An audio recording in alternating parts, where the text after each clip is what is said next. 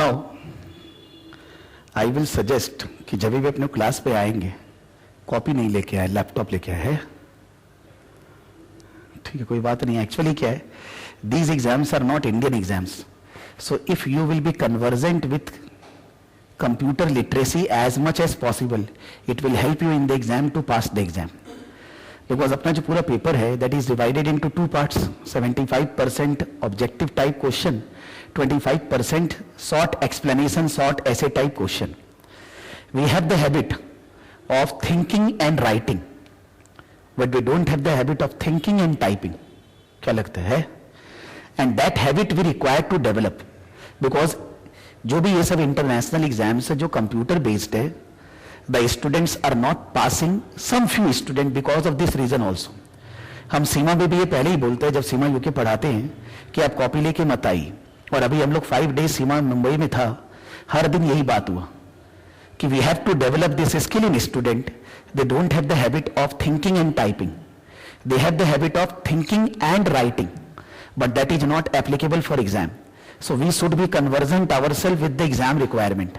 तो अगर अपने पास लैपटॉप है लेके आना चाहिए, नहीं है घर पे कुछ भी पढ़ेंगे, टाइप एवरीथिंग। घर पे पीसी है तो पीसी डेस्कटॉप पे आप टाइप करेंगे, डोंट मेक एनी कॉपी। जो यहां पर भी क्लास में अगर शॉर्ट में कुछ लिख रहे हैं तो वो आप घर पे जाके उसका अपना वर्ड पैड बनाइए, because it will obviously help you to pass the exam. अभी नॉर्मली क्या हुआ, जैसे इसे एक स्टूडेंट है जो operational level case study exam दी थी, उसका क्लियर नहीं हुआ। She was telling me in the last class कि उसका क्लियर क्यों नहीं हुआ, बिकॉज लास्ट क्वेश्चन आते आते ना माथा ही काम करना बंद कर दिया। Because 4 questions are there, 3 questions he have written, but last question में you could not write anything, because the mind is so exhausted while typing and thinking कि लास्ट क्वेश्चन आते आते उसका थिंकिंग प्रोसेस ही बंद हो गया दिमाग में। सो in that 3 hours when your thinking process start working, माने stop working, हम लोग का 4 घंटा का एग्जाम है, पता है ना। we have our exam for 4 hours, 3 hours OTQ, after submission of objective type MCQ question you will be getting the essay type question for the last 1 hour। आपको एक साथ 4 घंटा स्क्रीन के सामने दिमाग को सोचते हुए टाइप करना है। It is a challenge. Normally हम लोग को वो चीज अपने आप में डेवलप करना होगा। तो हम भी इस बार सोचा है कि जब सीमा में केस स्टडी क्लासेस करवाऊंगा तो I will be giving them more and more mock papers, and in 3 hours they need to solve that, so that 3 घंटे एग्जाम में पहले बार एक्सपीरियंस नहीं करके घर से 2-3 बार एक्सपीरियंस करके आएंगे, वो बेटर रहेगा। यहां पर जब अपने पढ़ेंगे we will be getting around 2000 to 3000 question bank, that you will be getting as a online only. वो नॉर्मली कोई प्रिंट आउट निकालने वाला भी नहीं है। मैं भी जब यहां पर कराऊंगा तो मैं ऑनलाइन वो जो मटेरियल है वो खोलूंगा और हम लोग उनको डिस्कस करेंगे। हम लोग ये बात कर रहे हैं कि हम लोग को इनका जो ईच टॉपिक के ऊपर क्वेश्चंस हैं वो तो करना ही है, but at the same time before giving exam we should be undergoing 4-5 mock papers just like exam environment, कि 4 घंटा घर पे बैठकर हम 3 घंटा एमसीक्यू और लास्ट आवर में ऐसे टाइप क्वेश्चन का आंसर देंगे। आंसर जब आप सबमिट करेंगे वहां आंसर भी आएगा आपके पास, क्वेश्चन का आंसर है once you submit the mock paper. So you analyse your performance and you feel this experience कि 4 घंटा में कितना मेहनत होता है सब कुछ करने में, बिकॉज अपने कॉपी में लिखने का आदत हो गया है, बट अब अपने को ये आदत डेवलप करना है which can be develop not in 1 day, it requires gradual development from 1 January 2016।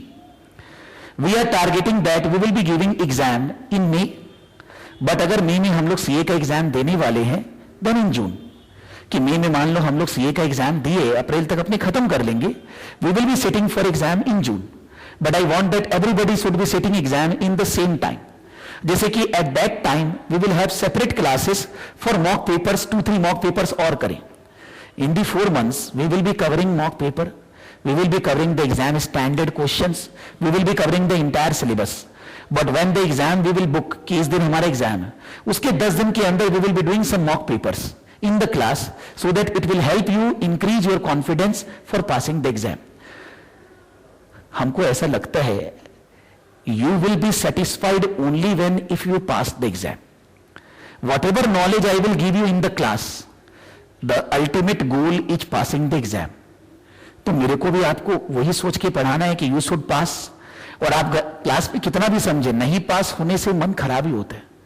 तो अपने केवल एक ही टारगेट लेके चल रहे हैं कि एग्जाम में एक बार में पास करना है। अगर अपने पढ़ते वक्त जितना ब्रेन लगाएंगे, जितना दिमाग लगाएंगे कि ये चीज ऐसे क्यों हो रहा है, समझेंगे, वो अपने को उतना एग्जाम पास करने में हेल्प करेगा। Because these are not non correlated. Your understanding and passing the exam is positively correlated. अपने CA already CA inter final का एग्जाम दिए हैं, या अगर सीए नहीं भी किए, अपने एक कोर्स कर रहे क्यों हैं? To increase our knowledge. Because ये एग्जाम मान लो समझ लो हम लोग बोल रहे हैं कि once you complete the course you will be getting job opportunities of 3 to 4 lakh. Our aim is not to earn 3 to 4 lakh. It requires one more zero, 30 to 40 lakh. Obviously मन में तो इच्छा है ना कि हम ईयरली उतना earn करें. That cannot give you any qualification. That will give, माने that can be achieved only by understanding the subject matter. तो हम ये फोकस बहुत करेगा क्लास में कि आप हर चीज को समझें. Not mugging up. Understanding is more required. In that case, revision require less. जितना चीज को समझेंगे उतना रिवीजन कम करना पड़ेगा, उतना कमती स्टडी करना पड़ेगा. तो जब कोई भी जगह आपको कुछ नहीं समझ में आए, आप मेरे को जरूर क्वेश्चन उठाएंगे, हम उसका जवाब देंगे. आप बीच में हमको रोक दीजिए. आई will be giving the answer. Not like that कि हम अभी नहीं देगा. कोई चीज मेरे को ऐसा लगेगा कि ये मैं 2 मिनट बाद बताने वाला हूं, देन आई विल से कि हम बाद में बताएंगे. But you can stop me at any point of time and I will be giving you the explanation relating to that. After the class if you are studying, अपने आप जो पढ़ रहे हैं, अपने आप जब पढ़ेंगे उस टाइम पे भी कोई डाउट होता है, यू कैन कॉल मी. आप मेरे को कॉल करेंगे, मैं उसका आंसर डील करूंगा, unless and until I am taking the class. That's the only exception. Otherwise आप जब भी कॉल करेंगे हम आपको कॉल एक्सेप्ट करेंगे, आपका जो डाउट है वो क्लियर होएगा. हम लोग ये 100% श्योरिटी के साथ यहां बैठे हैं कि एक बार में पास करना है. हम ये मान के चल रहे, प्लान करके चल रहे हैं कि Jan to April we are completing the course along with the mock paper everything. We will be sitting for part 1 exam in June within 1 to 10, say 11th June. So 1 to 10 we will study again, and then the next paper we will start say from 15th June. 15th June से अपने चालू करेंगे, उसको 3 महीना करीब में खत्म करेंगे, and then we will be sitting for exam. जनवरी, फरवरी, मार्च, अप्रैल, मई, जून में एग्जाम होते हैं. मई, जून, जुलाई, अगस्त, सितंबर, अक्टूबर में एग्जाम देंगे. पहला एग्जाम दे रहे हैं अपने जून में, next exam we will be sitting in October, and if we pass both the levels then we are already graduate. We will be getting the certificate, we can apply for membership and we can go for the job opportunities wherever it will be possible. ठीक है ना. लेकिन आप ये सोच के रखिएगा कि अक्टूबर जब फिर से दुर्गा पूजा आएगा, I should be a CMA qualified. You have to take this माने स्टेप इन योर माइंड कि हमको इस साल में ये CMA कंप्लीट करना है. साइड बाय साइड हम सीए फाइनल दिए, हो जाए बहुत बढ़िया, दी बेस्ट. नहीं भी हो तो मेरे को अपना मई या नवंबर में उसको भी कंप्लीट करना है. आई should be having 2 qualifications eight the end of 2016. अभी एंड हो रहे, एक साल पता भी नहीं चले कब बीत जाएगा, but that step we need to take. Since you are already CA final student, मान लो आप नहीं भी हो तो तुम लोग ऑलरेडी अच्छा से पढ़ता ही होगा. You have the habit of studying more and more. But actually मेरा बात समझना कि ज्यादा पढ़ने से कोई पास होने वाला नहीं है, और कम पढ़ने से भी पास नहीं होगा. वैसे you require to study adequate level पे जो जरूरत है. According to institute guidelines they generally say that for each part 1 part 2, if we say part 1 is more easier than part 2, तो पार्ट 1 के लिए सेल्फ स्टडी चाहिए around 100 hours. You can say class study चाहिए around 60 hours. I am increasing both of them 25%. 100 hour के बदले 125 our, 60 our के बदले 75 to 80 our. Because हम टारगेट किया है कि मेरे को 75 to 80 आवर्स कंप्लीट करना है. I am for myself accepted that 100 hour हमको पढ़ाना है. 100 hour how we will be studying 2 hours in 1 session और 3 hours in 1 session. That we will decide at the end of the class. That is according to suitability of your timing and my time. But 100 घंटा करके आपको पढ़ना है 200 घंटा. 4 महीना में 200 घंटा. 4 महीना में हर दिन अगर 2 घंटा पढ़ते हैं तो भी 200 के ऊपर चला जाएगा. यानी कि एक्चुअली स्टडी कितना देर करना है, 1.5 से 2 घंटा हर दिन. क्लास के अलावा आपको हर दिन 1.5 से 2 घंटा पढ़ने से काम 100% बन जाएगा. उससे ज्यादा और मेहनत नहीं करना. पढ़ने का तरीका रहेगा, जो पीपीटी यहां पर अपने रन कर रहे हैं वो पीपीटी आपको रेगुलरली मेल करते रहेंगे. मेरे पास पूरा नोट्स रेडी नहीं है. What ever I have ready I will B mailing you.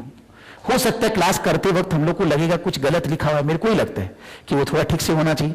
I will rectify here only and you will be receiving the revised PPT mail on regular basis on the day when I will be saying final PPT.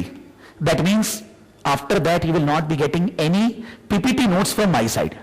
लेकिन since it is under preparation तो regularly आपको update मिलते रहेगा। आपका जो email ID हम लोग के पास रजिस्टर्ड है, in that email ID you will be receiving mail on regular basis. हम कोई ज्यादा तकलीफ नहीं देगा, लेकिन जब जब मेरे को नोट्स दूसरा देना है I will be doing that.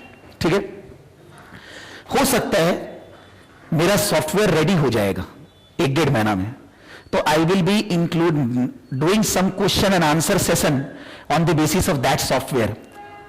कोई दिन मान लो हम पहले से ही बोल देगा कि 2 आवर्स में will have a test, you don't have to come, आप घर पे बैठिए, मैं घर से क्वेश्चन दूंगा, आपको उसका आंसर देना है, so that it will practice our online study. Online का स्टडी भी संभव होगा with the help of that software. ठीक है, इसके अलावा आपको ये वाला बुक मिलेगा, ये अभी हम लोग नहीं मंगा पाए हैं, नेक्स्ट दिन जब आप आएंगे तो ये बुक रेडी रहेगा आपके लिए। ये बुक के अलावा this PPT and whatever some examples I require to dictate in the class to understand a concept, वो हम लोग करेंगे। इसके साथ हर क्लास में, आज नहीं करेंगे, हर क्लास में जो कॉन्सेप्ट हम लोग क्लियर करेंगे उससे रिलेटेड जो क्वेश्चंस है, standard questions relating to that topic which came in the exam which may come, वो हर क्लास में डिस्कस करते रहेंगे। कभी कभी ऐसा हो सकता है कि क्लास में कॉन्सेप्ट को डिस्कस करने में पूरा टाइम चला गया, तो उससे रिलेटेड क्वेश्चन नेक्स्ट क्लास में करेंगे। बट हर एक टॉपिक के ऊपर we will be completing certain questions which help us to know at which level we are after understanding this concept, whether relating to that concept the questions we are in a position to handle और not, because that will lead to passing the exam which is very essential. तो हम लोग हर class में questions करते रहेंगे। वो questions आप लोगों के पास जब ये बुक दूंगा, साथ में आपको एक डिस्क मिलेगा, या समझ लो हो सकता है डिस्क नहीं होगा तो वो लोग डायरेक्टली आपको मेल करेंगे, उसके अंदर पासवर्ड वगैरह रहेगा। वो पासवर्ड को डालने से you will be getting access to that 2000 to 3000 questions just like which comes in the exam. अगर कोई स्टूडेंट उन सबको प्रिपेयर करके जाता है, फेल होने का कोई चांस नहीं।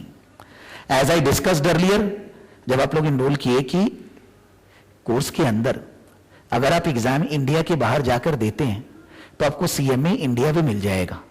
सो इफ यू आर इंटरेस्टेड, आपको पहले से प्लान करके रखना है आप इंडिया के बाहर कहां जाने वाले हैं, whether you go Nepal, Bhutan, जहां भी, अपना मन में पहले से बचा के रखना है। And so that we will be going there, we will be booking the exam there only, and then we will be getting CMA India also. तो अगर लगता है बिकॉज ज्यादा कोई खर्चा नहीं उसमें, नेपाल भूटान जाने का is not a big expenditure, you can go outside, you will be getting CMA India also, ठीक है, because according to me this should be done by a student। अगर अपने यहां जाते हैं, मैं ये नहीं बोल रहा हूं कि कोलकाता में बगल नहीं होएगा, लेकिन बाहर जाने से अपने को एक डिग्री और मिल रहा है, तो that we should be exercising. चाहे हमको बाद में कोई और दूसरा कोर्स करना या नहीं करना हो, but we should be opting for the exam outside India which will give you opportunity to get double degree which is better.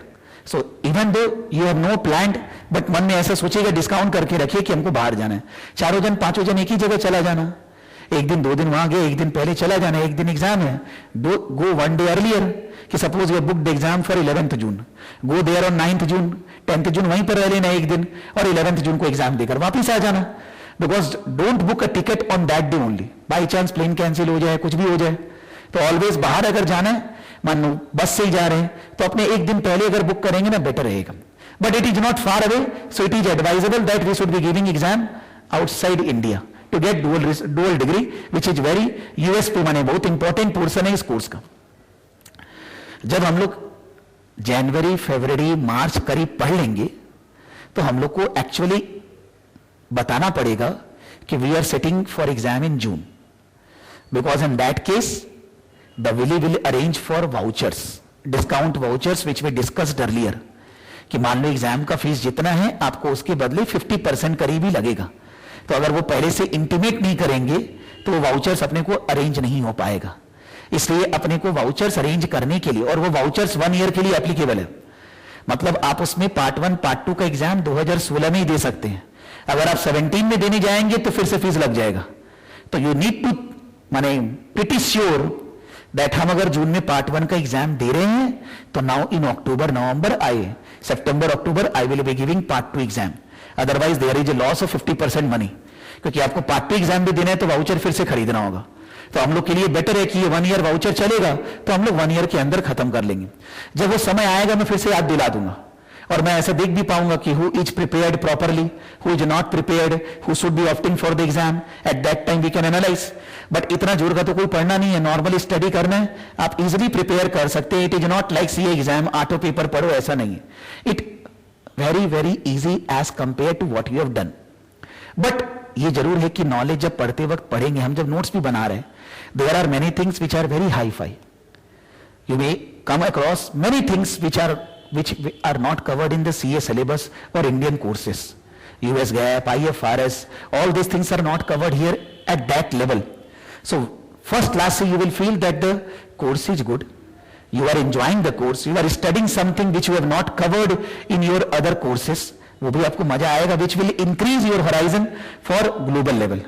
Because हमको कोई शराब गुरुकुल जैसे कंपनी में तो काम करना नहीं है, हमको तो कोई बड़ा जगह काम करना है एमएनसी में, उसके लिए कोर्स बनाया गया है। तो कोर्स में बहुत कुछ अच्छा बात भी है जो नॉर्मली इंडियन कोर्सेज में होता नहीं है। वेदर इंडियन कोर्सेज अच्छा और खराब हम उसकी बात नहीं कर रहे हैं, maybe better, maybe worse, whatever, but the course is many things which we have not studied in our Indian courses. हम जब नोट्स बना रहे हैं हम भी किताब में देख रहे हैं, बहुत कुछ दूसरा जगह नहीं है।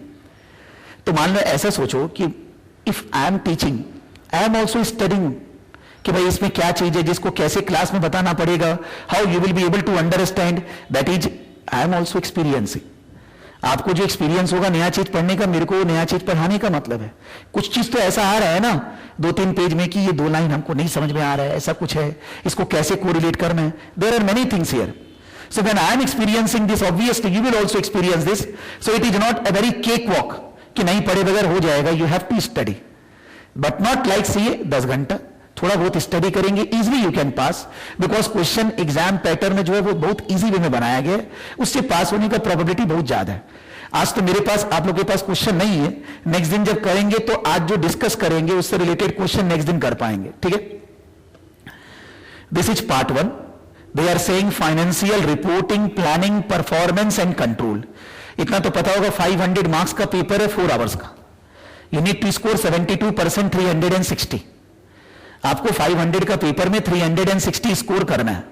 360 के अंदर ऑब्जेक्टिव टाइप 75% हुआ और शॉर्ट ऐसे टाइप क्वेश्चन हुआ 25%। In totality you need to score 500 में 360। नॉर्मली कोई भी एक ले मैन को बोलेंगे ना 500 में 360, 72%, मन में डर लगता है। 40 नंबर सीए में लाते हैं, यहां 70 नंबर बोल रहे, 72 नंबर। एक सिंपल भाषा में एक क्वेश्चन है, उसका 4 आंसर है। You have to select any one which is correct.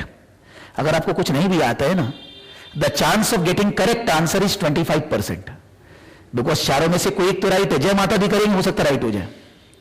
When ever objective type question arises, अगर कोई लेमैन को बोलेंगे कुछ पढ़े बगैर, वो भी हो सकता है 500 में 200 ले आएगा। यानी कि to score 40% is not a challenge, but to score 72% is a challenge. For that you need accuracy. Accuracy level high होगा तभी तो 72% आएगा। और वही घर पे बैठकर टेस्ट करना है कि जो मॉक पेपर्स अपने देंगे उसमें 90% आना चाहिए। जब घर पे ही 90 नहीं आ रहा है तो वहां 70 क्या आएगा? You should be scoring in mock paper before giving the exam 85-90% on gradual basis, regular basis. That means you are ready for the exam. You can easily pass 72%. लेकिन 40-50% ऐसे ही आ जाएगा। थोड़ा बहुत भी नॉलेज होगा, यू कैन स्कोर। हो सकता है अगर कोई मॉक पेपर अभी करने बैठे 40% अभी आ जाएगा, तो आदमी ये सोचेगा पढ़ने का जरूरत क्या है। बट जो 40 से 70 का डिस्टेंस है वो डिफिकल्ट है। 0 से 40 का डिस्टेंस में कोई प्रॉब्लम नहीं है, that anybody can score. Getting 72 is a target. तो अगर उनको 40% बोलना होता, then this would have said exam नहीं लेंगे, पढ़ने से हो गया। तब तो वो लोग ये बोलेंगे ना 72% मतलब there is a challenge which you need to encounter. जहां तक परसेंटेज ऑफ पासिंग, कोई भी इंटरनेशनल कोर्स का पास परसेंटेज 40% से कम होता ही नहीं। एनी इंटरनेशनल कोर्स 100 बच्चे एग्जाम देंगे, 40 स्टूडेंट पास होते हैं। हम लोग तो सीए में 100 में 5 के अंदर आने वाले हैं, तो 100 में 40 के अंदर तो हम लोग हैं यार, 100% हम लोग हैं. तो डोंट थिंक दैट कि 72%, 360 is very difficult. You will analyse that is not so difficult, that is easily achievable. अभी सीमा में भी ऐसा ओटीक्यू चालू किया है, सीमा यूके में. पहले पास परसेंटेज 2014 में अराउंड 40% था, अभी पास परसेंटेज 70-80% हो गया. इवन दो मार्क्स ज्यादा लाना है पास होने के लिए, but the student who are clearing the exams are more than earlier. Even though percentage ज्यादा है पास करने के लिए, फिर भी OTQ means you can score easy marks. There are few questions which are very simple, which can give you just single click से marks दे रहा है. कुछ difficult भी होगा, उसमें थोड़ा brain लगाना पड़ेगा, but 72% is not a big challenge because OTQ में it can be easily scored. ठीक है. तो part 1 financial reporting, planning, performance and control. अगर देखेंगे तो ऐसे करके 4 पोर्शन बन रहे हैं. Financial reporting is basically accounting, planning, budgeting and all that. Performance, whatever the company is doing or different department divisions, how they are performing, how we can analyze the performance. Control, जो भी company जो काम कर रही है उसमें company को कहां कहां पर क्या कंट्रोल करना है. What are the areas we should look for future growth, how we can protect internal irregularities, how we can protect legal irregularities, how we can behave ethically with outside world. कैसे अपना business को control करें जिससे sustainable growth हो पाए. तो नाम इस तरह से दिया है जैसे कि पता चल रहा है सब्जेक्ट के अंदर क्या है. अकाउंट्स है, प्लानिंग बजटिंग है, performance evaluation, you can say ROI, RI, then gross profit margin, ratio analysis, how you can measure the performance. I am just using the word which we know, but there are many other areas. मान लो in CA you have studied balance scorecard. Balance scorecard वहां पर कैसे आते हैं generally, या तो question balance scorecard आ गया या बोला कि ये कौन सा कैटेगरी में आएगा, फाइनेंशियल पर्सपेक्टिव या किसके अंदर. यहां जो इंटरनेशनल कोर्स करते हैं बैलेंस स्कोर कार्ड का मतलब ही अलग है. एक्चुअली समझ में आएगा बैलेंस स्कोर कार्ड का मतलब क्या होता है.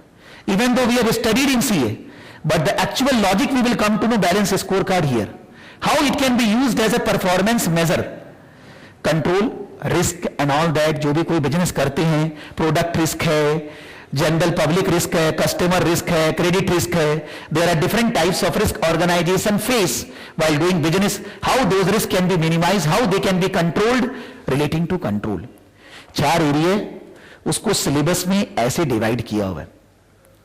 ये जो डिवीजन है इसका क्या मतलब हुआ, इसका ये मतलब है कि मान लो हम लोग बोल रहे हैं 75% of the paper is objective type question. 75% के अंदर they are saying 100 objective type question you will be getting. 100 जो आपको 3 घंटा में आंसर देना है, मतलब 180 मिनट्स पर question. You are getting 1.8 minutes approximately.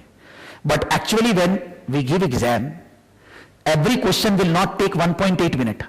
Some question will take less than 1.8 minute, some question will take more than 1.8 minute. ऐसा होता है. But in OTQ they will never say कि ये question का नंबर ज्यादा है इसका कम है. According to the institute all questions are equally marked. Her question का नंबर बराबर है. This is benefit for us.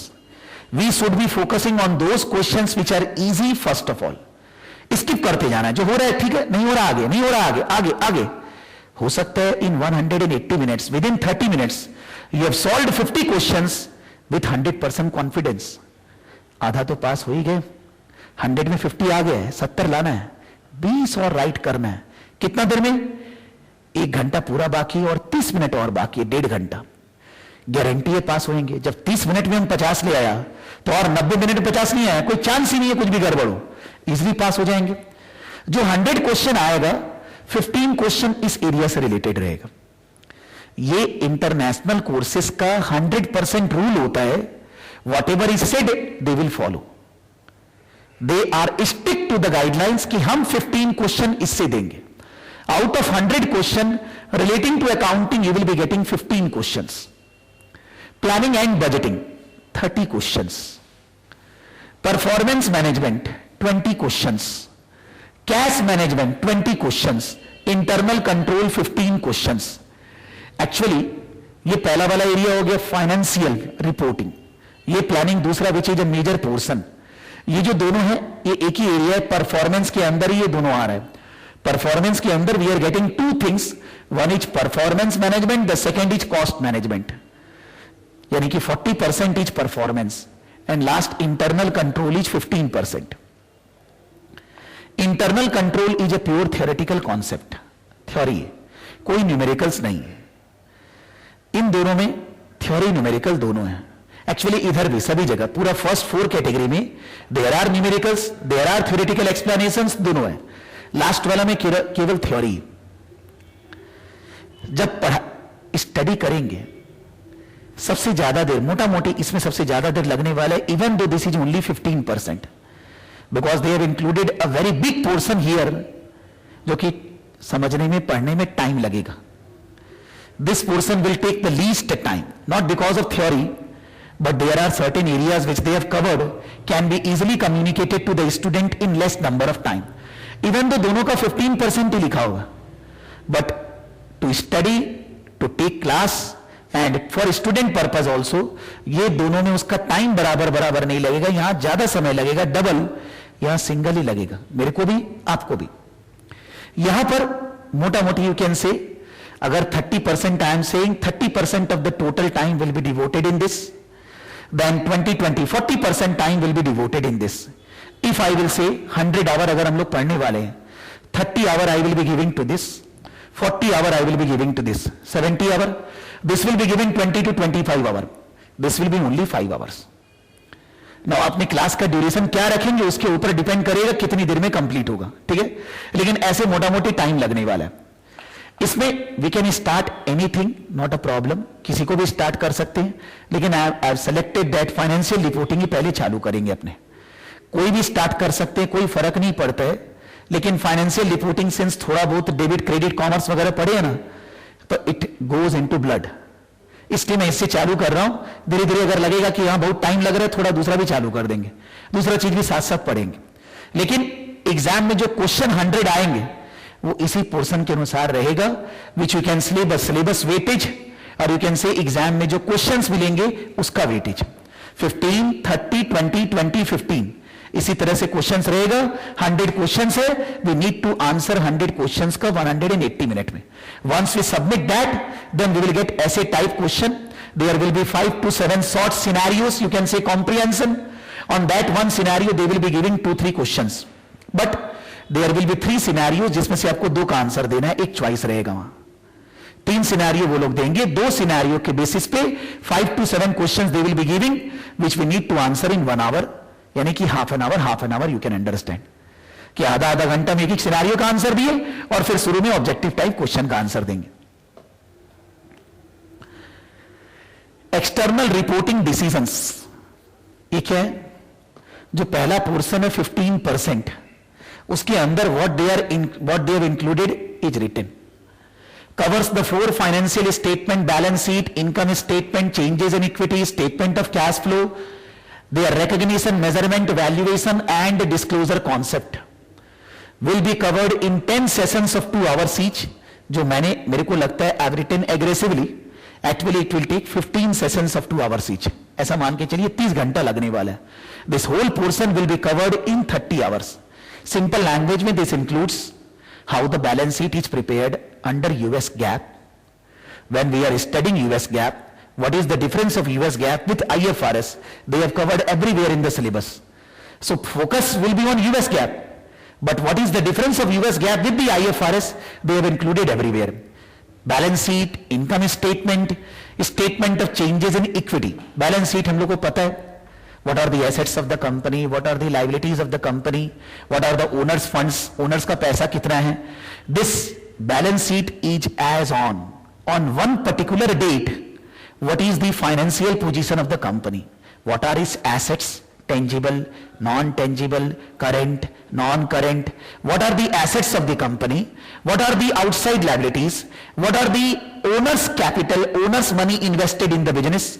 On one single date we come to know from the balance sheet.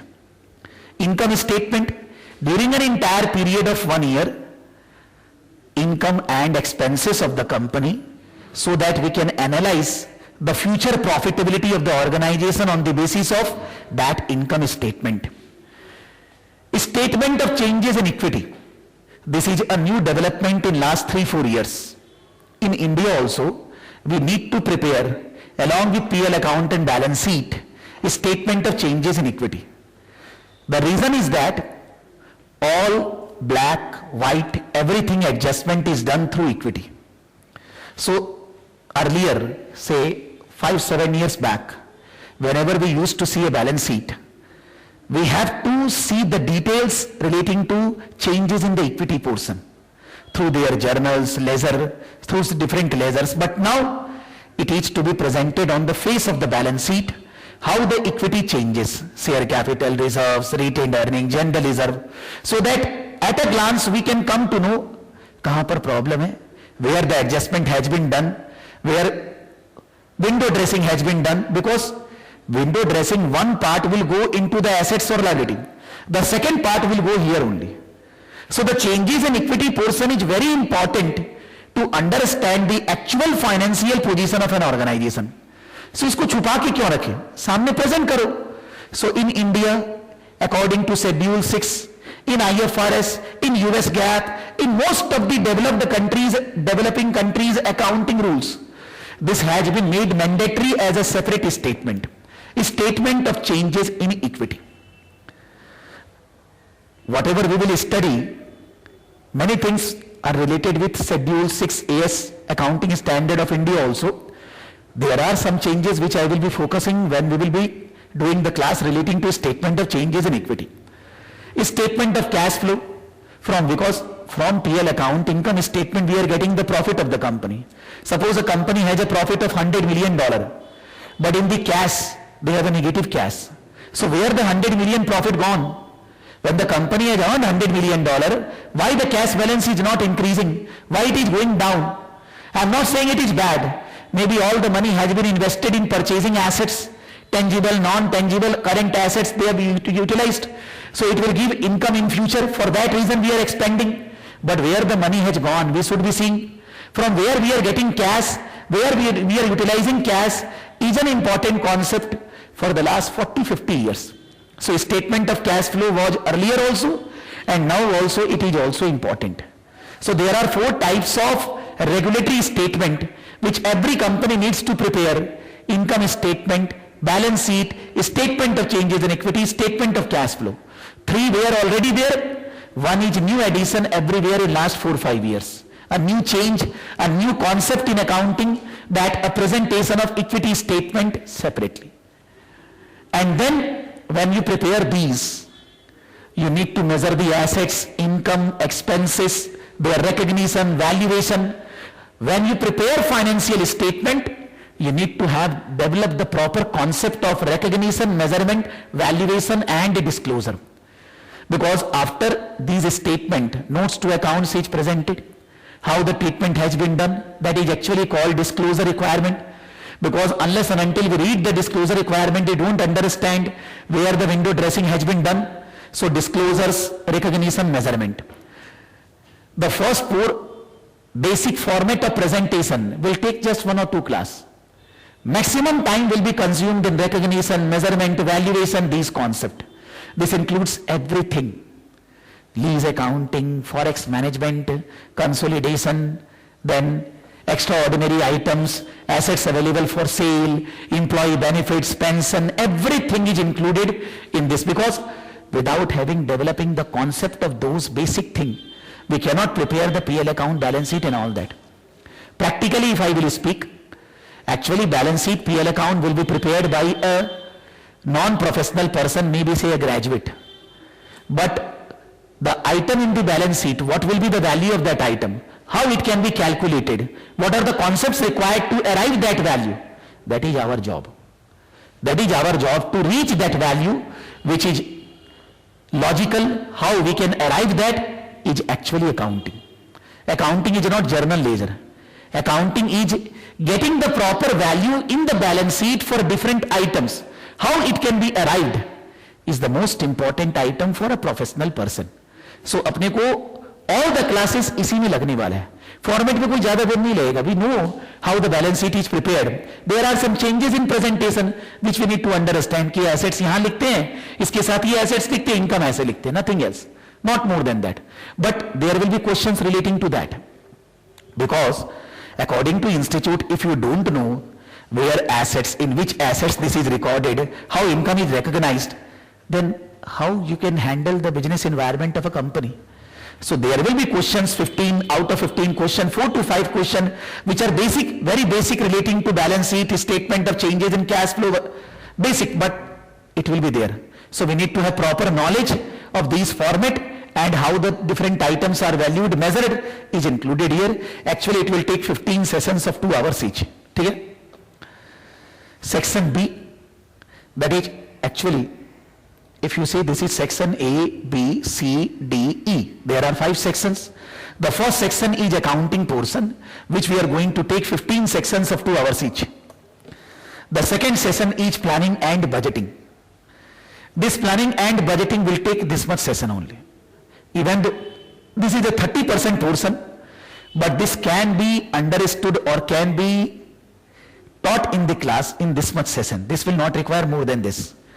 This includes, looks at basic budgeting concept, like what are the types of budgets, zero-based budgeting, the concept in preparing budget, top down, bottom up, everything is included here. Forecasting techniques, because budgeting means what? Forecasting for future. So how you forecast? There is some statistics like time series or index number and all that. You should be knowing some concept of forecasting, which generally we study in Indian courses in foundation level. But that knowledge should be applied in budgeting to properly prepare or forecast what the company will be able to earn, what the company's expenditures will be. For that reason, there is some forecasting technique, statistics, quantitative techniques included. Provide the information a company can use to execute its strategy and pursue its short-term and long-term goals. Suppose I am saying, Sarav Gurukul is earning 50 lakh revenue in a year. My target is to earn 70 lakh, 80 lakh revenue for 2016. How I can achieve that? What I should be doing? What new product I should be launching? The existing product, how I should be marketing? What I should be doing which I have not done up till now? What I should be doing in a better way as compared to earlier which I was doing? There are many things. I am just giving example of my organization to feel proper logic of budgeting. So like I am planning, this is my target for 2016 and all that. Every organization will plan. In my organization there are not 10 professional persons who are planning. But in a big company having turnover of 500 crore, 1000 crore, a team is required for forecasting. One person cannot forecast everything. So after forecasting in different areas, that should be coordinated, and we will have a forecasted income statement, forecasted balance sheet, forecasted cash flow. All these things will be forecasted. That is actually called planning and budgeting. Once we have planned, the responsibility will be given to different staff relating to different areas. Once the responsibility is given, we need to evaluate their performance on regular basis, not only at the end of 2016. On monthly basis, quarterly basis, we need to evaluate whether the managers are achieving their target or not. If they are not achieving the target, we need to control where they are lacking. इसीलिए financial reporting, planning, performance evaluation and control. This is actually the crux of every business. Whether we are giving tuition, whether we are manufacturing, whether we are trading, whether we are providing services, anything. This is the crux of every organization. When I was seeing this book, I was thinking that just by sake of saying they are saying one paper, but in one paper they have included 10 areas. बोलने के लिए एक ही है, लेकिन एक के अंदर accounts भी है, एक के अंदर कॉस्टिंग भी है, एक के अंदर इंटरनल कंट्रोल भी है, ऑडिटिंग भी है, उसी एक के अंदर पर वो क्या नहीं छोड़ दिया बोले एक बार, ये तो खाली एक तो वो है कि this one paper you need to give. ये जरूर है कि that one paper is easier to pass as compared to Indian exams, but फिर भी not so much easy कि भाई बीकॉम में जैसे जाते हैं बैठ के पास हो जाएंगे, not like that. You require to study. But concept क्या है, ये अगर समझ में आएगा तो लगेगा इसके बगैर हम बिजनेस में जाके करेंगे क्या. मेरे को अगर सारा चीज का नॉलेज नहीं है तो हम कैसे हेल्प करेंगे उसको आगे बढ़ने में. because ultimately our objective is either to help our own business to grow or to work somewhere else and help the organization to grow. और वो बुद्धि अगर मेरे को नहीं आता है तो मेरे को कुछ भी नहीं आता है, चाहे कितना ही डिग्री आ जाए. इसलिए ये समझाया जा रहा है यहां पर कि आप ये जो इंफॉर्मेशन है बजटिंग और फोरकास्टिंग इंफॉर्मेशन वो यूज करोगे आगे का स्ट्रैटेजी, आगे के लिए एम डिसाइड करने में. आप स्ट्रैटेजी जब आप बजटिंग करोगे तो आज अगर मान लो सराफ गुरुकुल का टर्नओवर 50 लाख है, हम सोचे 2016 में 500 करोड़ करना है, क्या ये संभव है? हवा में बात कर रहे हैं. There should be some logic of your forecasting. अगर 500 करोड़ है भी, there should be some base how we are going to achieve, because 50 lakh के अगेंस्ट में 3 लड्डू और लगाना है बगल में. How it will be possible that the manager should justify.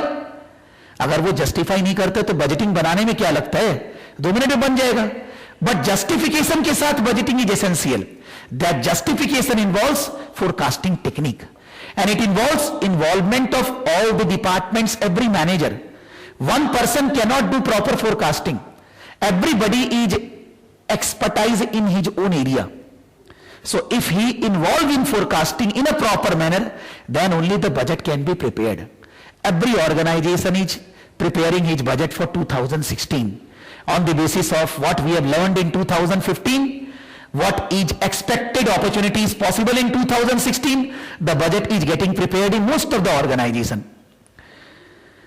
Accounting is required to understand what has been done in 2015, because without having the knowledge what we have done in 2015 we cannot forecast for 2016.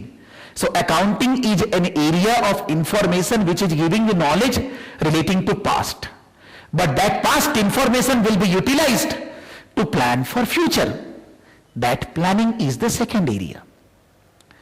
अब if on the basis of accounts, if you are planning for future, if the accounts is not properly prepared, how on the basis of wrong information you properly plan for future? So for that you need to have proper knowledge in accounting, in balance sheet PL. What are the areas where the problems, those were not properly dealt, those were not properly recorded?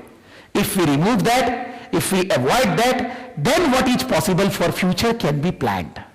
इसीलिए accounting के बाद क्या आ रहा है? Planning. That includes strategic planning. It's a basically theoretical concept. Whenever we say strategic, it's long term. That means we are not planning only for 2016. We are planning for coming 4, 5, 10 years. That strategic planning includes capital budgeting, present value, NPV, IRR, you can say. Budgeting concept, why we do budgeting, how it helps the organization in future growth. Forecasting, that is time series and index number, how we can forecast regression analysis. Budgeting methodology, when we develop budget, it should be a zero-based budgeting or a traditional budgeting, how the budgeting should be developed. Annual profit plan, that is after doing this you will have a profit plan, you will have a financial statement forecasted. Top level planning and analysis. On the basis of that, top level will set the plan for different managers, for different departments in the organization. So this includes some portion of capital budgeting, this includes budgeting, this includes strategic planning, this includes statistical techniques to plan, to forecast. Statistical technique for forecasting, मतलब थोड़ा बहुत quantitative techniques है, budgeting है, ये सब area यहां included है. हमने प्लान कर लिया, पास्ट डेटा अकाउंट्स को देखकर हमने फ्यूचर का प्लान कर लिया, रिस्पॉन्सिबिलिटी सबको दे दी, तो अब उनका परफॉर्मेंस इवैल्यूएट करो. जिसको जो रिस्पॉन्सिबिलिटी दी गई है क्या वो वैसे परफॉर्म कर रहे हैं कि नहीं. Because we need to evaluate, I need to evaluate your performance on regular basis so that you pass in June. After giving the exam, if I am evaluating why you have failed, that is not the logic. When the work is carrying on doing, when the work is going on, the manager should evaluate performance. Because चिड़िया चुग गई खेत होने के बाद थोड़ी ना देखेंगे, काम करते वक्त हर दिन काम हो रहा है तो एक स्ट्रैटेजी बनाना होगा, कैसे परफॉर्मेंस इवैल्यूएट करेंगे रेगुलर बेसिस. बहुत इंपॉर्टेंट काम है हर कंपनी में. Because unless and until you evaluate the performance, you cannot give success to the organization. Because जब तक आप ये पता ही नहीं लगाएंगे कहां गड़बड़ी हो रही है, आप ठीक क्या करेंगे? लास्ट में 2016 के एंड में थोड़ी ना देखेंगे जो नहीं अचीव हुआ क्यों नहीं हुआ, वो बात की बात है। पहले काम होते वक्त इवैल्यूएट करिए। So this is the first area, accounting is past. The second area, planning is forecasting, plan for future. The third area, on the basis of plan, you have given the responsibility. Now you analyze the performance of different managers, different departments on regular basis. That is called performance management. Deals with the methods of comparing actual financial performance with the budget. You can feel this is variance analysis. Comparing of actual with the budget. It also describes tools that incorporate both financial and non-financial measures. We are not evaluating only financial areas. Revenue, cost, all these things are okay. How many complaints we have forecasted and how many actual complaints we have received? That is a non-financial performance evaluation. In every organization, there is some person who has the responsibility to handle the customer complaints. So whether the customer complaints has gone down, whether it has reduced or increased, this is non-financial. And if the customer are satisfied, there is no question of thinking about revenue. जब customer को मजा आ रहा है वो कहां जाएगा? आप ही के पास आएगा ना। तो अगर कस्टमर को ठीक कर दें तो प्रॉब्लम ही खत्म हो गया ना, जड़ से ही प्रॉब्लम खत्म कर दी, रेवेन्यू के बारे में सोचना ही नहीं है। इसलिए प्रॉब्लम्स वगैरह को आइडेंटिफाई करना, quality issues, anything which is non financial will also be analysed. Performance evaluation में केवल फाइनेंशियल इवैल्यूएशन नहीं करना है, नॉन फाइनेंशियल भी करना है। Balance scorecard is a technique which includes financial and non-financial evaluation both. That is one of the most world में अभी का टेक्निक में one of the most prominent technique which can be utilized to evaluate financial and non-financial performance both. तो balance scorecard का use भी आएगा इस area में। Variance, responsibility centers, that is you can say transfer pricing concept. Then performance measures, ROI, RI, balance scorecard, many things. This will be completed in 5 sessions. It does not require more than 5 sessions. First वाला में थोड़ा सा मेरे को गड़बड़ लग रहा है, जब नोट्स बना रहे हैं तो लग रहा है। यहां पर 5 सेशन के बदले 6 हो सकते हैं, not more than that. Because बोलेंगे हम लोग स्टैंडर्ड कॉस्टिंग पढ़ते हैं, हम भी पढ़ाते हैं सीए फाइनल में। I took round about generally 8 classes of 3 hours each. कितना हुआ? 24 घंटा, 24 आवर। हम यहां बोल रहे स्टैंडर्ड के साथ साथ सारा कंप्लीट कर देगा 10 घंटा में, लग रहा बहुत कम पढ़ाएगा। लेकिन एक बात सोचना कि जब मैं सीए में पढ़ाते भी रहता हूं ना, मेरे को लगता है हम भी डोंकी बन रहे, स्टूडेंट को भी बना रहे हैं, सब जन मिलकर डोंकी बन रहे, केवल और कुछ नहीं बन रहे। अंडरस्टैंडिंग के बजाय we are becoming very mechanical in solving the problems, ऐसा आता है। जबकि प्रैक्टिकल लाइफ में उस तरह से काम होता ही नहीं है। वो एक बुकिस हो गया और दूसरा हो गया जो प्रैक्टिकल लाइफ जो सीख ही नहीं रहे हैं। हम क्लास में when I teach for CA final I say कितने लोगों ने कोई भी कंपनी में जाके वेरिएंस निकाला है? Nobody raise hand. तो हम बोलते हैं why we are studying, because if I will ask journal करते हैं आप? हाँ। रिटर्न भरते हैं? हाँ। इनकम टैक्स रिटर्न लगाते हैं? हाँ। बोलेगा कॉस्टिंग ना, तो क्या कॉस्टिंग होता नहीं है क्या? Why we are studying. But problem यह आ रहा है कि अपने वो एरिया में डील ही नहीं कर रहे हैं जो एरिया का एक बहुत बड़ा सिग्निफिकेंस है पूरे वर्ल्ड में।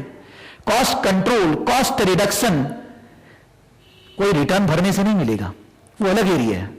आप नहीं कर रहे हैं इसका मतलब ये थोड़ी ना कंपनी में नहीं होता है, होता तो सभी जगह है। तो here calculation of variance is there which is a very simple concept, can be dealt in 2 hours. But after doing variance analysis, what logic you have grasped, वो समझ रहा है ना, that thing is more important as compared to calculation of variance. Variance के ऊपर दिमाग नहीं लगा के, because variance तो आजकल सॉफ्टवेयर बनता है जिसमें फिगर डाल देंगे ना अपने आप निकल जाएगा। तो अपने को एक्चुअली जिंदगी में कभी जाके वेरिएंस निकालना ही नहीं है, सोचना एक बार। And in CA final for 10 classes I and student both are involved in calculating only variance.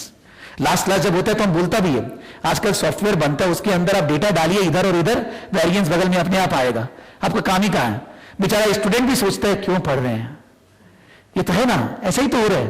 तो the study and the requirement practical environment is totally different. इसलिए यहां वैसा नहीं आएगा कि वेरिएंस में ही खाली दिमाग लगाना है, कॉन्सेप्ट समझना है, which can be explained and understood just in half an hour 1 hour. बट उसके बाद उसका analysis that is more important. तो इसलिए यहां पर जो चीज है वो अच्छे से खत्म होगा 5-6 क्लास में, कोई टेंशन नहीं होगा। वेरिएंस पूरा पढ़ते हैं, उसके अलावा और बहुत कुछ पढ़ेंगे। Then cost management, which is actually a part of performance evaluation only. Describe various costing system that can be used to monitor companies' cost and provide management with information to meet the management company's operations performance. Basically this focus is cost control, cost reduction, cost को कैसे, because if you cannot increase your revenue, still you want to maximize your profit, the only option available is to reduce the cost, reduce the expenses, and which is actually felt by most of the organizations in the world in the present scenario. सभी कोई revenue maximise करने से ज्यादा, हम ये नहीं बोल रहे रेवेन्यू मैक्सिमाइज नहीं करना है, कॉस्ट कंट्रोल पे ज्यादा ध्यान दे रहे हैं, कैसे खर्चे को गिराया जाए। तो एक 20% पोर्शन उसी पे डिवोट किया गया है। Costing system which you can say marginal absorption costing, overhead cost, overhead को कैसे बांटते हैं, activity based costing, supply chain management because you procure raw material and then you provide after sale service to the customers, there are different activities you perform, how you control cost of those activities, business process performance, business process re-engineering, different concepts are there which are covered here, which focus on cost minimization, cost reduction, cost control, which is also a part of performance measurement. 40% performance हो गया. This will take again 5 sessions of 2 hours each. And the last one, internal control. This is pure theoretical concept. India में 0.5% service tax अभी बढ़ाया गया था. किस लिए? नवंबर 15 से. क्या चीज? स्वच्छता, स्वच्छ टैक्स. ठीक है, हम लोग ये बोलना चाह रहे हैं कि ये जो 0.5% टैक्स बढ़ा, every organisation whatever fees I have collected from you, उसके ऊपर in place of 14% I need to pay 14.5%. Because this is a service industry, I am getting fees as a service fee, so I need to pay 14.5% on that. जो 14.5% हम लोग पे कर रहे हैं, legally I am bound to pay. There is a legal compliance on me. From 15th November I have to follow this. There are other legal formalities also which I need to follow. There are some legal formalities which is not applicable for me, which is applicable for some other organizations, not for me. That legal formalities are regularly completed or not in the organization. एक example दे रहे हैं, अभी का 5 minute पहले का बात कर रहे हैं हम, क्लास के पहले. Suman, our staff, worked in a company in 2007. अभी कितना साल हो गया? 9 years हो गया. He was working in a showroom, Reebok का showroom. They were are selling treadmill. So Suman went to a customers house and he dictated कि ट्रेडमिल में ये फायदा है वगैरह वगैरह है, तो ट्रेडमिल आप लीजिए. ठीक है, बिक्री कर दिए. हो सकता है उस ट्रेडमिल में उस समय कुछ प्रॉब्लम हो गया था, तो जो कंज्यूमर था, he filed a suit against the company along with Suman, कि say Suman sold the treadmill, so he is also liable, he is wrong selling when. Suman is saying that the treadmill was replaced to that customer 15 days, after 15 days only. But अभी वो case का decision हुआ 2 दिन पहले. सुमन को पता चला कि कोर्ट में केस है, किसी के अगेंस्ट में कुछ भी हो सकता है. तो सुमन सोचा कि 2007 का कहानी अभी 2015 में चालू हो रहा है. आज वो अभी फोन आया था कि केस सेटल हो गया, कोई प्रॉब्लम नहीं है, टेंशन इज ओवर. लेकिन एक सोचो कि आज रेगुलेटरी इन्वायरमेंट को अगर हम लोग ध्यान नहीं देते, तो वो कब जाके जन्म होता है और कब अपने को माथा खराब करते हैं पता नहीं है. एंड ये तो इंडिया है, मेरा भारत महान है. बड़े बड़े कंट्री में जो डेवलप्ड कंट्री है, यूएस है, यूके है, दे हैव टू खड़ा खड़ा होकर आदमी बोलता है आई विल स्यू यू. यही तो वहां लड़ता है और क्या. वकील लोग खाली एक दूसरा का केस ही लड़ते रहते हैं वहां. तो डेवलप्ड कंट्री में तो ये नॉर्मल आम बात है. Any legal formalities which you have not completed now, how it will affect your organisation, nobody knows. Maggi पता ही है कहां से क्या निकल गया, बेचारा का टर्नओवर आधा हो गया. सो आजकल का ये जो आईटी इन्वायरमेंट है, इतना easily information, right to information जो है, the organization need to protect themselves with all the legal requirements. What is required you need to follow, and if there is anything in which you are not responsible, still you need to consider that कि इससे मेरे को कोई problem हो सकता है. जो पहले बिजनेस करते थे और आज जो करते हैं, बहुत जमीन आसमान का अंतर है। एनीथिंग, कोई पुचका वाला भी पुचका बेच रहा है, उसका कल बिकेगा कि नहीं मालूम नहीं है, क्योंकि मान लो कोई कस्टमर को खिलाया, उसका पेट गड़बड़ हो गया रात को, वो कल सुबह आया, बोले तुमको पुचका बेचने दिखाते हैं, बेचने नहीं देंगे तुमको, 10 जन को और खड़ा कर लिया, फोटो खींच लिया, आज तक में आ रहा है, ये पुचका वाला ऐसे बेचता है। सोचो तुम, any small thing can damage your business fully. So the caution which we require earlier is very different as compared to earlier and now. Not only regulatory requirement, any business activity which you conduct, there is an issue of internal control, internal management which we need to follow. इसीलिए पूरा environment में, world में risk management बोलकर एक subject बना दिया गया है। Risk management, it is risk in everything. There में भी नेचुरल कैलेमिटी, देयर में भी रेगुलेटरी रिस्क, देयर में भी पब्लिसिटी, ब्रांड का रिस्क, जिसका नाम है उसी का खोएगा, जिसका नाम ही नहीं उसका क्या खोएगा, तो जिसका जितना बड़ा नाम है उसको उतना खोने का डर है। There are different types of risk business carry on while doing business. How we can control that risk is covered here. That is called internal control. आप ऐसा सोच लीजिए, सीए में पढ़ते हैं इंटरनल कंट्रोल, इंटरनल ऑडिट, या समझ लीजिए special audit, environment audit, whatever you say, but internal control is required in every country, in every type of organisation. While conducting their business activities, they need to see these areas. So this portion is included everywhere actually in the syllabus. When you analyze past accounting, when you do planning, when you evaluate performance, you need to incorporate internal control, risk management as a day-to-day life. It's not a new concept. पहले क्या होता था, कोई problem arise हुई, अपने उस problem को उस समय सोचते थे, ठीक करते थे. आजकल प्लान करेंगे तो प्रॉब्लम को पहले प्लान करना होगा कि if I will do this and this type of problem will arise, how I will tackle that. एक एग्जांपल दे रहे, मान लो सीएमए इंस्टीट्यूट बोला है कि हम 3 to 4 लाख का जॉब दिलवाएंगे, हम भी वो बोल दिया. मान लो सीएमए इंस्टीट्यूट उस समय बोला हम तो नहीं दिलवाएंगे. हम एक एग्जांपल दे रहे हैं, जस्ट गिविंग एन एग्जांपल. मैंने तो आपको बोला है ना, आपको सीएमए इंस्टीट्यूट से क्या मतलब है, तो हमको बैकअप प्लान में रखना पड़ेगा कि नहीं. If the CMA institute is not giving opportunity, I have to arrange the opportunity because I have said to the student. हम आपके लिए बोल रहे हैं, मान लो हम भी बोलेंगे हमको नहीं पता है, तो आपको भी मन में सोचना होगा बैकअप प्लान की हम क्या करेंगे. आई एम जस्ट गिविंग कि वो पुराना जमाना गया कि जब प्रॉब्लम आएगी तब सोचेंगे. बिफोर हैंड अपने को प्लान पहले से करके चलना होगा कि if this problem will arise, how we will tackle that. Because business ही ऐसा हो गया ना, हर जगह रिस्क है. We require internal control in every aspect, whether in product, whether in market, whether dealing with customer, with suppliers, anybody. किसी के साथ भी आप डीलिंग कर रहे हैं, there is a risk involved, which you need to control through your internal control measures. By any control system, you cannot reduce the risk to zero. Zero नहीं हो सकता है, but you can minimize the effect of losses by having internal control system applicable in your organization, wherever it is required. इसलिए internal control is an important concept which is gaining importance around the world. May be in Indian courses it is not so important, because हम लोग का तो कोई subject नहीं है अभी तो, आज तो रिस्क मैनेजमेंट बोलकर, बट कोई छोटा से छोटा या बड़ा से बड़ा ऑर्गेनाइजेशन ये एक इंपॉर्टेंट सब्जेक्ट है उनके लिए.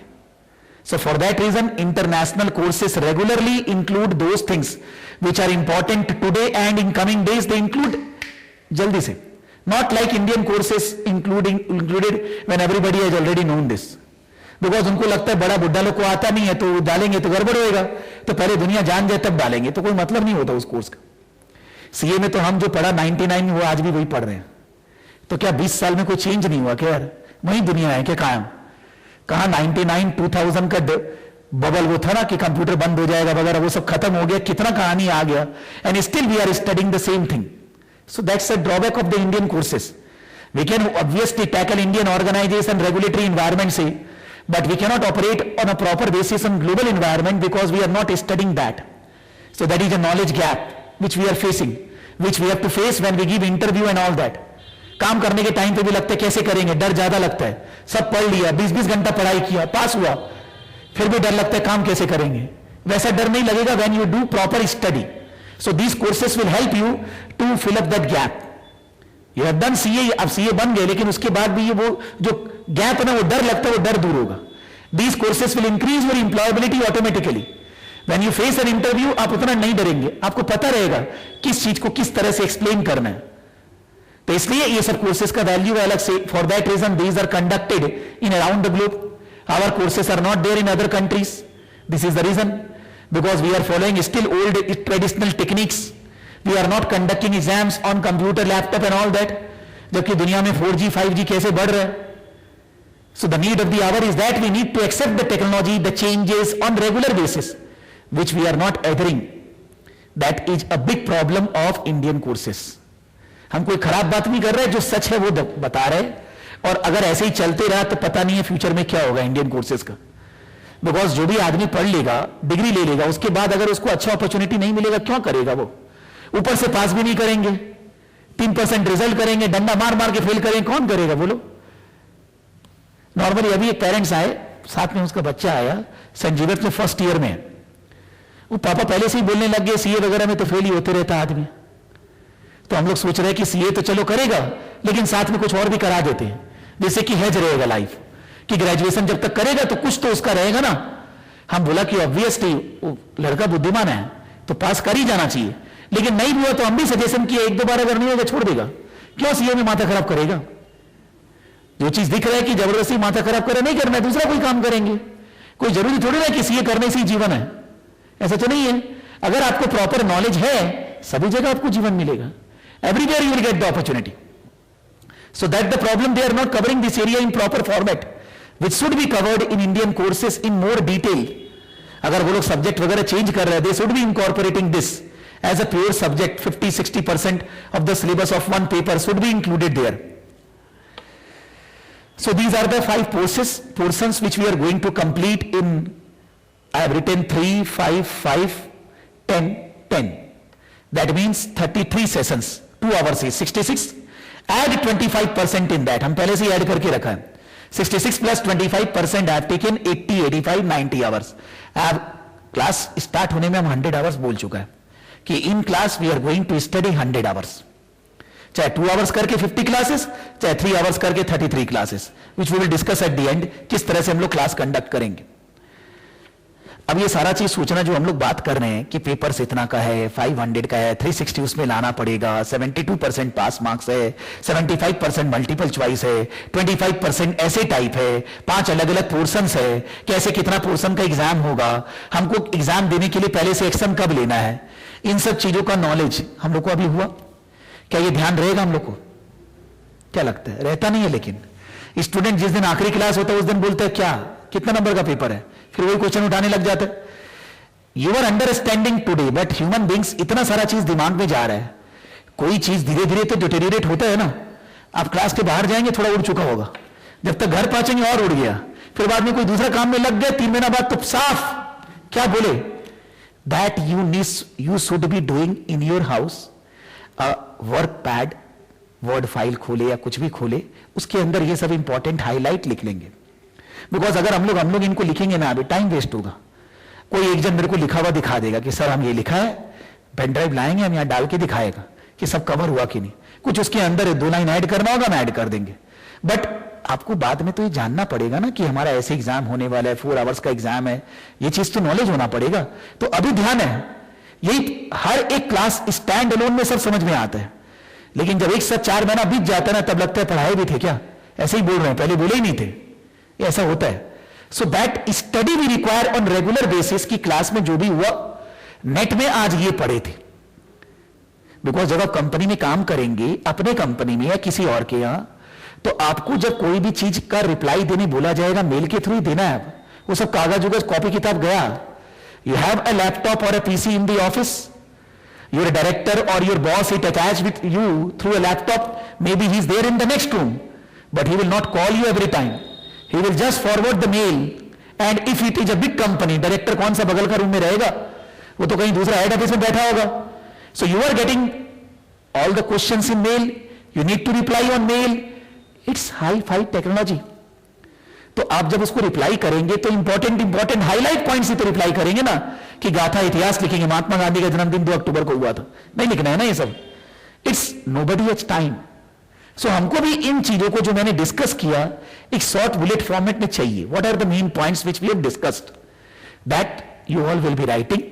उसके बेसिस पे अच्छा जिसका होगा मार्क्स दिया जाएगा कि आप कितना चीज को समझते हैं, किस तरह से एक्सप्लेन करते हैं, जो कि जॉब के टाइम पे करते वक्त जरूरत पड़ेगा. यही इन्वायरमेंट है. कॉपी किताब में जो सम का आंसर देते वो नहीं है. थोड़ी ना वहां क्वेश्चन देगा बोलेगा आंसर दो, कोई थोड़ी ना एग्जाम चल रहा है.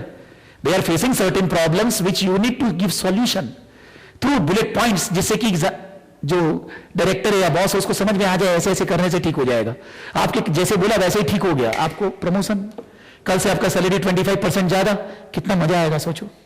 वही तो चाहिए ना. That's the requirement of need of the hour है. क्वेश्चन आंसर नहीं करना, इसलिए मैं ये लिखा नहीं रहा हूं. आप लोग अपना बुलेट पॉइंट्स डेली अपना नोट्स बनाएंगे घर में जाके. अपने क्लास में कमती लिखने वाले हैं, इसलिए अगर आप लैपटॉप वगैरह है लाएंगे, हम उतना धीरे धीरे बोलेगा कि you can able to type if you have. Otherwise copy किताब का कमती यूज होने वाला है. ठीक है. बिकॉज क्या होता है, जैसे अभी हम लोग गए थे 4 दिन सीमा के लिए, मैं था मुंबई में. वहां पर बोला कि स्टूडेंट को जैसे ही क्वेश्चन का प्रिंट आउट देते हैं, बोलते हैं आंसर दो, जल्दी देता है. जैसे उसको बोलते हैं ना स्क्रीन पे आंसर दो, बोला माथा खराब होता है. यानी कि उसका हैबिट ही नहीं है ना, माइंड फ्रेम ही नहीं है. हम शायद बोला था कि नहीं, याद नहीं है. मेरा बच्चा है 2 साल 8 महीना का, मेरा मोबाइल है 2 साल 8 महीना का, एबीसीडी नहीं आता, समझना. वो भी सीख रहा है, बिकॉज प्ले स्कूल में जा रहा है तो एबीसीडी आता ही नहीं है. लेकिन मोबाइल में कहां पर सॉन्ग है आगे जाकर, कहां गैलरी में फोटो है, कहां वीडियो है, खुलना आता है. और मेरा बच्चा को नहीं आता, सबका बच्चा को आता है. I am not speaking about my child because this is the need of the hour. तो ये जो बच्चा लोग है, जो 2 साल का बच्चा है, 2.5 साल का, वो लोग ये कर रहे हैं. जब वो लोग, हम लोग जो जितना बड़ा होगा तो वो क्या करेगा सोचना एक बार. वो बोलेगा पेन क्या होता है, वो पेंसिल कागज क्या होता है. तो नया जनरेशन तो वहीं जा रहा है ना. हो सकता है हम लोग को तकलीफ हो कि हम लोग को पेन माने कॉपी वगैरह में लिखने का आदत है, बट बाहर जितना भी स्कूल्स है ना, माने 10 वाला भी, they all are asking for the student to bring a iPad only, nothing else. Study mat वगैरह सब वही है. आईपैड से क्लास का वाईफाई से कनेक्टेड है. जैसे आप वाईफाई चालू करेंगे, जो स्क्रीन पे आ रहा है वो आपके आएगा, होमवर्क उसी से, आंसर उसी से, सब उसी से. ना बस्ता ले जाना है ना लाना है. यहां तो अभी भी बच्चा लोग बस्ता ही ले जा रहा है. तो कैसे हम लोग दुनिया से मैच करेंगे. रेडियो में एफएम में बहुत आता है, हमने ये किया वो किया. अरे यार पहले समझ तो सही कि कहां पीछे हैं, समझ रहे हैं एक बार. We are not accepting what is requirement. So normally आजकल मम्मी पापा समझ लो, हम लोग कोई दुकान में गेम खरीदने जाते हैं, देखते हैं इसमें समझेगा क्या, पहले दिमाग ये लगाते. खेलने का बाद में होता है कि मान लो कोई गैजेट है, मान लो लैपटॉप नहीं देना है उसको, अभी आईपैड नहीं देना है, कोई ऐसा चीज नहीं जिससे टाइप हो, फीलिंग आए, समझ में आए, ये टाइप करे तो क्या बोलेगा, कुछ एक्सप्लेन करे. Every games is on the basis of development of knowledge. वही चल रहा है. तो हम लोग को भी तो उसके साथ चेंज होना पड़ेगा ना. हम अगर बोलेंगे हम तो ये सब नहीं किया था, नहीं होता है. हम सीए बनने के बाद जो बेसिक वर्ड का कोर्स होता है ना, कि ऐसे बोल्ड करते हैं, इटैलिक्स, हम किया था सीए इंस्टीट्यूट में 4th फ्लोर में. अभी तो नहीं होता. सीए बनने के बाद कि भाई कंप्यूटर कैसे चलाते, डर लग गया कि कंप्यूटर चलाना आता नहीं है, कैसे होएगा. तो हम वहां पर कोर्स किया था आफ्टर बिकमिंग चार्टेड अकाउंटेंट. सोची तो ऐसे थोड़ी ना मतलब है कि हम तो नहीं किया था. You have to go with the pace of the society. आपको उसके साथ जाना है. इसीलिए कॉपी में लिखना नहीं चाहता है. Everything on mail, you give me on mail reply, I will give you reply on mail. सब कुछ हम लोग वैसे ही बात करना चाहते हैं. जैसा हम लोग वर्क इन्वायरमेंट को फेस करने वाले हैं, वैसा ही हम लोग स्टडी में भी अप्लाई करना चाहते हैं. It will help to grow, to understand the concept of practical environment.